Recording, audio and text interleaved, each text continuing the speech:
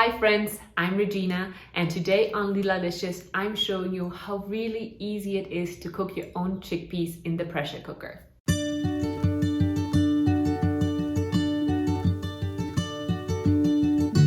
This is just one of the many delicious recipes you will find in my latest ebook called Best Instant Pot Recipes.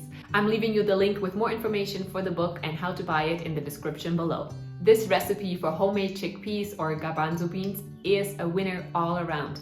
Trust me when I tell you I've completely stopped buying canned chickpeas since I've discovered how easy they are to cook in the pressure cooker. And it's not just easy and simple, it's also very economical. One bag of dried chickpeas costs about as much as one can of chickpeas, but it ends up making enough to be about 4 to 6 cans worth. Watch through to the end to see how I store my cooked chickpeas so that they're super easy to replace a can when it's called for in a recipe. Start by picking over 1 pound of dried chickpeas.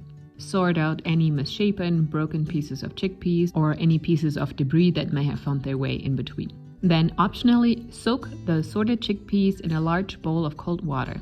Let the chickpeas soak for a minimum of 4 hours, better yet are 12 hours or overnight soaking. Soaking the chickpeas first significantly cuts down on the cooking time, and I also find that soaked chickpeas are much easier to digest. Then discard the soaking water and rinse the chickpeas one more time. Do the same with dry chickpeas.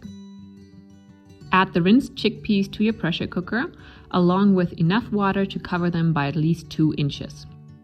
You can cook your chickpeas simply with just a little bit of salt, but I like to give them a head start on flavor and cook them with some aromatics. Then all the recipes I use the chickpeas in will be just so much more flavorful. So to the chickpeas and water, I'm adding half an onion, 3 to 5 garlic cloves, 2 bay leaves that I forgot to videotape right here, 3/4 of a tablespoon of salt, 1 teaspoon dry oregano, and 1 teaspoon cumin. You can use whole seeds or ground. Close the lid and turn the pressure valve to sealing position.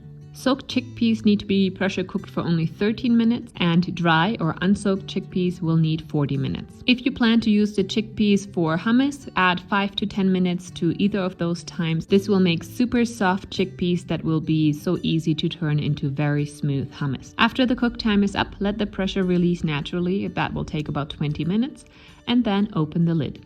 Discard any aromatics that you may have cooked with your chickpeas, the onion, garlic, cloves, bay leaves, and your chickpeas are ready. Look at these little pearls of beauty.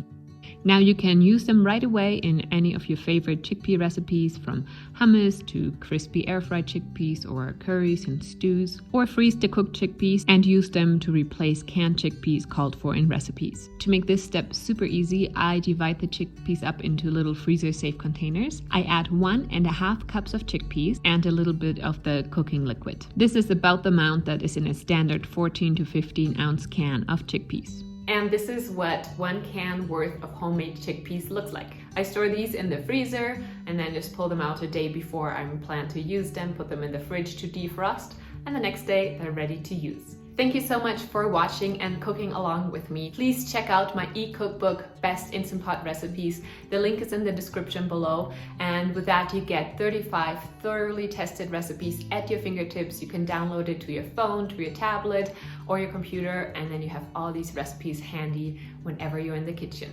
It features all of the best and most popular Instant Pot recipes from my blog, Leelalicious, as well as completely new recipes that you will love as well.